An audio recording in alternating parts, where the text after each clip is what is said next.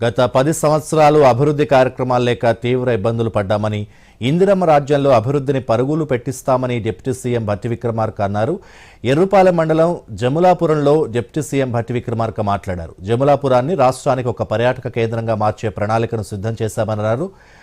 ఎనిద్రం చెరువుని పర్యాటక ప్రాంతంగా అభివృద్ధి చేస్తామని, ప్రపంచవ్యాప్తంగా ఉన్న టూరిస్టులు 2 రోజుల పాటు జములాపురంలో గడిపేలా ప్రణాళికలు సిద్ధం చేస్తామన్నారు.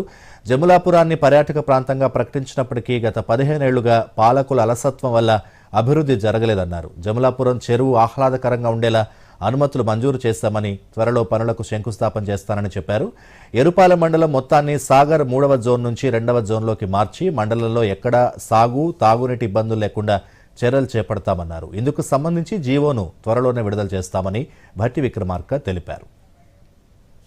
కానీ గత 10 సంవత్సరాలుగా ప్రత్యేక రాష్ట్రం వచ్చిన తర్వాత ఈ ప్రాంతానికి కావాల్సినటువంటి అభివృద్ధికి సంబంధించి రోడ్లు కానీ ఇతరత్ర కార్యక్రమాలు రాకపోవటం వల్ల చాలా వెనకబడిపోయి ఉన్నాం.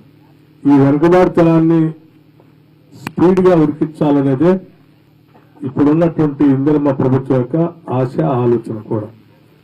అందుకోసమే ఉదయం నుంచి మొదలు పెడితే సాయంత్రం వరకు పనులు సంబంధించి మొదలుపెట్టి వెంటనే అక్కడ అంతే స్పీడ్ గా ఇంకో గ్రామానికి పోయి పనులు మొదలుపెట్టే కార్యక్రమం చేసుకుంటే తప్ప ఈ 10 ఏళ్ల వెనుకబాటుతనాన్ని మనం అధిగమించలేం.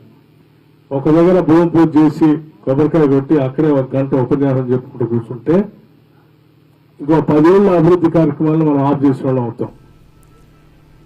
అందుకే మన కాంగ్రెస్ నాయకులకి, కార్యకర్తలకి అందరికి కూడా నేను ఒకటే విజ్ఞప్తి చేశాను. రైతుల